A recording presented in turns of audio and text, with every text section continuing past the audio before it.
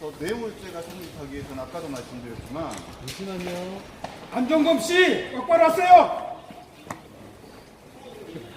대통령님 미르케이 재단 설립하라고 했어요? 똑바로 하세요. 재단 설립하라고 대통령이 시켰어요?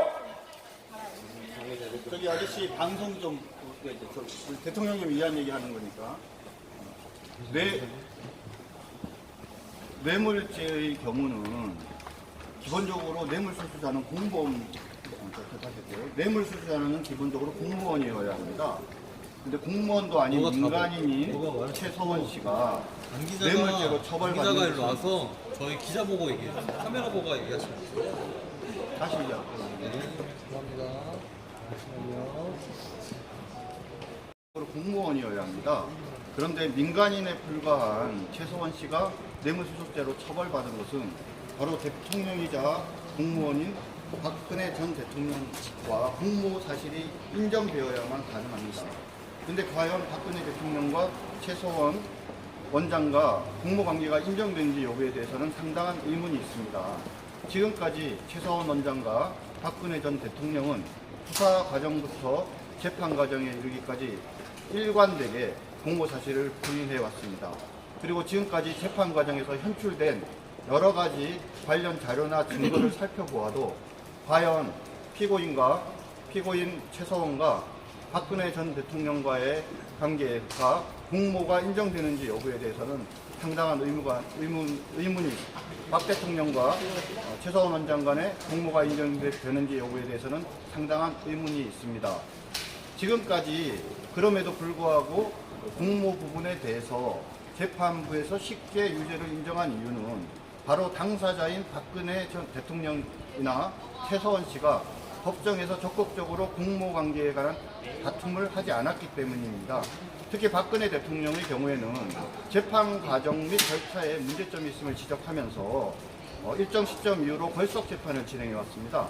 그 과정에서 본인이 최서원 씨와 공모한 사실이 없다는 점에 대해서 한 번도 제대로 설명하거나 또는 검찰의 주장을 탄핵한 적이 없고, 그렇기 때문에 그 부인하는 내용의 진술이 신빙성이 있는지 여부에 대해서도 상당히 소극적으로 법리적으로 공모관계가 인정되지 않는다는 점에 대해서만 다투었을 뿐 신빙성이 있는지 여부에 대해서는 적극적으로 소명을 못했습니다.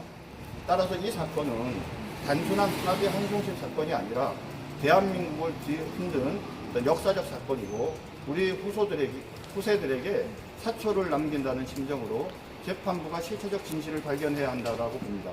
그런데 이 공모관계 부분에 대해서는 지금까지 한 번도 제대로 재판 과정에서 조사되거나 현출된 적이 없기 때문에 이 점에 대해서 항소심 재판부가 사명감을 가지고 실체적 진실을 낱낱이 있는 그대로 밝혀서 국민들의 의혹을 해소하고 결론적으로 박근혜 대통령과 최서원 씨가 억울하게 뇌물죄로 처벌받지 않는 결과를 도출해내 주실 것을 요청드립니다. 앞부분 초반 부분 다시 한번, 그러니까 어떤 부분 좀 중점적으로 이번 파기환 소심 재판에서 다투실 예정이신지 그 부분 다시 한번 멘트 해주시면 좋을 것 같긴 하거든요. 제가 다툴 거군요. 네. 저는 다시 할게요. 저는 파기환 송심에서 새롭게 변호인을 맡게 된 법무법인 회의 정준길 대표 변호사입니다. 제가 맡은 부분은 피고인 최서원과 박근혜 대통령이 공모해서 기업으로부터 뇌물을 받은 것과 관련해서 과연 공모가 있었는지 여부에 대해서 다투는 예정입니다. 누누이 말씀드리지만 박근혜 대통령과 최서원 원장은 지금까지 일관되게 공모 사실을 부인해 왔음에도 불구하고 어찌된 영문인지 법정에서는 이에 대한 철저한 증거조사 과정이 없이 두 사람의 공모관계가 인정됐습니다.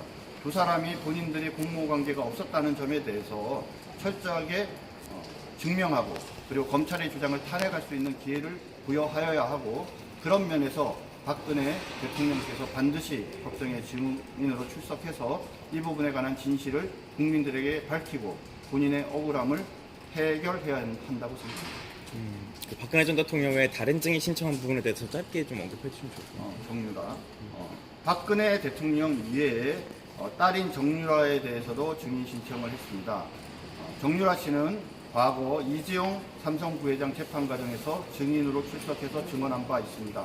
그런데 최근에 확인한 바에 의하면 정유라 씨는 변호인과 어머니 최소원 씨의 반대에도 불구하고 출석해서 증언을 한 것으로 알려졌습니다. 확인 결과 당시 새벽에 집을 나와서 검사가 운전하는 차를 타고 다른 몇몇의 검사와 함께 서초동에 있는 김모 검사 집에 가서 함께 있다가 10시쯤 시간이 돼서 증언을 했다라고 합니다. 물론 검찰이 그리고 검사가 강압 행위를 하거나 의도적으로 사실과 다른 증언을 하도록 유도했다고까지는 생각하지 않습니다. 하지만 검찰이 증언 예정인 증인을 검사의 집에 데려가서 그것도 혼자만이 아니라 여러 검사가 함께 있으면서 그 증인을 법정까지 대동해서 오는 사례들은 거의 없습니다. 저도 검사 경험이 나름대로 있는데 지금까지 제 경험상 그리고 주변에서 들은 바에 의하면 그와 같은 방식으로 검찰이 증인을 확보해서 법정에 데려온 사례는 거의 없는 것으로 알고 있습니다. 따라서 그와 같이 검사의 보호하에 법정의 증인으로 출석했던 정유라 씨가 변호인과 엄마의 반대에도 불구하고 증언으로 출석한 정유라 씨가 그 과정에서 온전히 있는 그대로의 사실을 제대로 증언하기는 어려운 상황이었다고 생각합니다. 따라서 당시에 증인으로 출석하는 과정에 대해서도 정유라 씨를 증인으로 불러서 내용을 확인하고자 하고 그 과정에서 사실과 다르게 증언한 부분, 그로 인해서 엄마인 최소원 씨가 형사처벌을 받게 된 부분이 있는데 그래서 더 나아가서 그 부분에 대해서도 무죄임을 입증하고요. 그러면 유라 씨가 이번에 법정에 나오게 될 수도 있는데 거기에 네. 대해서는 본인이 원해서 나오겠다고 좀 의견을 피력했나요? 저는 지금 박근혜 대통령님이나 정유라 씨가 과연 증인으로 출석할 것인지에 대해서 물어보는 것은 너무 성급한 질문이라고 생각을 합니다. 왜냐하면 현재 재판부에서 과연 증인으로 채택할지 여부가 불분명한 상황에서 채택 이후에 고민해야 되는 부분에 대해서 대답하는 것은 적절하지 않다고 생각합니다. 그러면 유라 씨도 오늘 자기 어머니가 파기환송 첫 재판에 참여하는 걸 알고 있을 텐데 알고 있죠. 유라 혹시 씨, 특별한 이야기 있나요? 유라 씨가 최소원 원장이 서울 동부구치소에서 법에 근거도 없는 CCTV로 최소원 원장이 서울 동부구치소에서 법률과 규정에도 없는 CCTV로 설치로 인해서 인권 침해를 당할 당시에 정유라 씨는 생후 이틀 된 아이를 안고 있는 상태에서 검찰의 거의 직권남용 수준에 가까운 과잉 압수수색으로 인권 유린을 당한 적이 있습니다. 오늘 10월 30일은 정유라 씨의 생일입니다.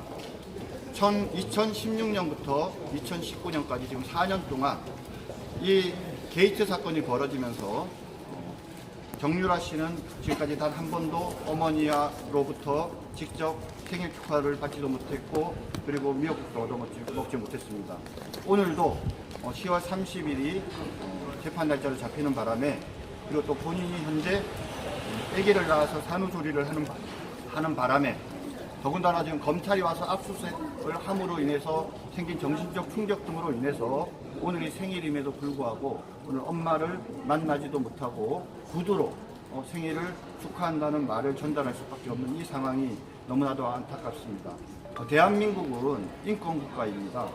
세계에서 산업화도 민주화도 했지만 인권도 상당한 수준에 오른 국가라고 우리들이 자부하고 있는데 그리고 그 누구보다도 인권을 강조하는 문재인 대통령이 우리 정부가 있는 현재의 정부하에서 특정 사람에 대해서는 인권을 그토록 강조하면서 보호하고 특정 사람들에 대해서는 마치 사람도 아니고 개, 돼지인 것처럼 그들의 인권을 철저하게 부인하는 이 현실을 보면서 저는 과연 대한민국의 법 집행이 공정한지 그리고 그들이 말하는 인권이라는 것이 과연 그들만의 인권을 말하는 것인지에 대해서 진지한 질문을 드리지 않을 수 없습니다.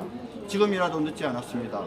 검찰총장이나 수원지방검사장 즉시 저는 정유라 씨에게 과잉 압수수색에 대해서 유감을 표명하고 사과해야 된다고 생각을 합니다. 서울구치소장 그리고 법무부 장관이 없으니까 대행을 하고 있는 김호수 법무부 차관이 현재 서울 동부구치소에서 진행되고 있는 불법적인 CCTV 설치에 대해서 진상을 확인하고 그리고 본인과 국민들께 사과해야 한다고 생각합니다. 아까 앞부분에 잠깐 언급해 주셨던 네. 이번 재판 좀 취지 부분에 대해서 어느 거요? 제일 앞부분에 얘기하셨던 이번 재판의 어떤 뭐 의미라든지 네. 예 그런 부분에 대해서 아까 저희 앞부분에 잠깐 못단 부분이 있어가지고 아, 그래요? 예 그 부분 잠깐 설명. 그거는 봐보고 해야 되는데. 오늘 보고 합시다. 왜냐면 내용을 정확하게 듣는 거니까. 이거 하나만.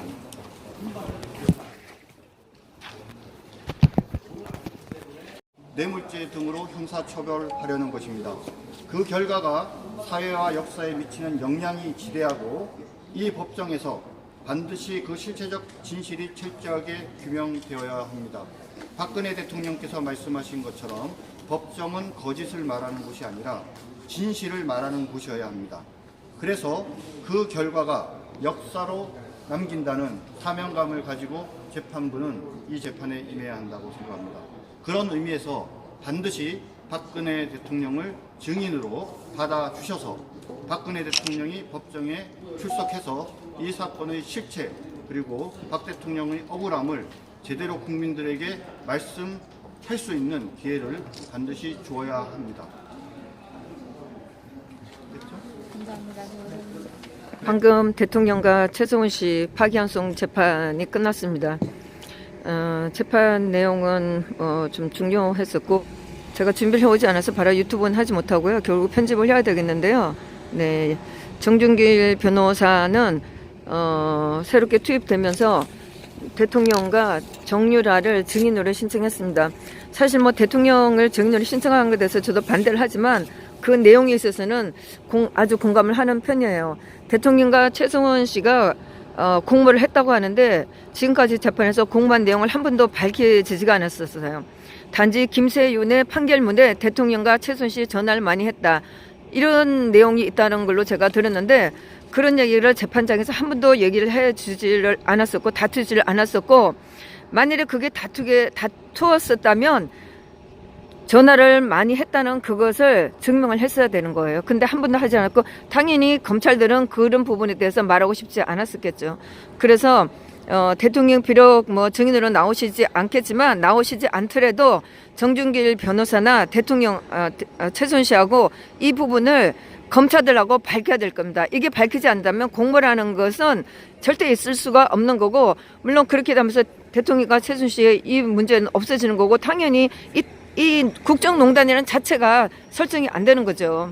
예, 그리고 정유라는 사실 좀 어렵긴 하지만 이 재판에 증인으로 저도 나와야 된다고 생각해요. 뭐 지금 상황에서는 정유라가 구태여 겁을 낼 필요는 없다고 생각을 합니다. 나와서 사실 뭐 저 엄마가 있고 변호사들이 있고 또 우리들이 있기 때문에 겁낼 필요는 없이 천천히 증언을 하면 되는 거고 그렇게 해서 검찰들이 이 실체를 말을 얼마나 삼성 재판에서 한 이 말들을 얼마나 악의적으로 이끌고 갔는지 알아야 합니다. 사실 문제가 삼성 재판이나 대통령 재판이나 똑같이 해야 돼요. 근데 그거를 찢어 발견해갖고 이런 식으로 해놓고 이쪽 재판에서 한 일을 저쪽 재판에서 모르게 검사들은 당연히 다 알죠. 자기네들 몰려다니면서 했기 때문에. 그러나 변호사들은 서로가 모르고 있어서 삼성 재판에 들어갔을 때도 이 재판에 이 탄핵에 대한 실체를 제대로 모르고 있는 것을 제가 봤었어요.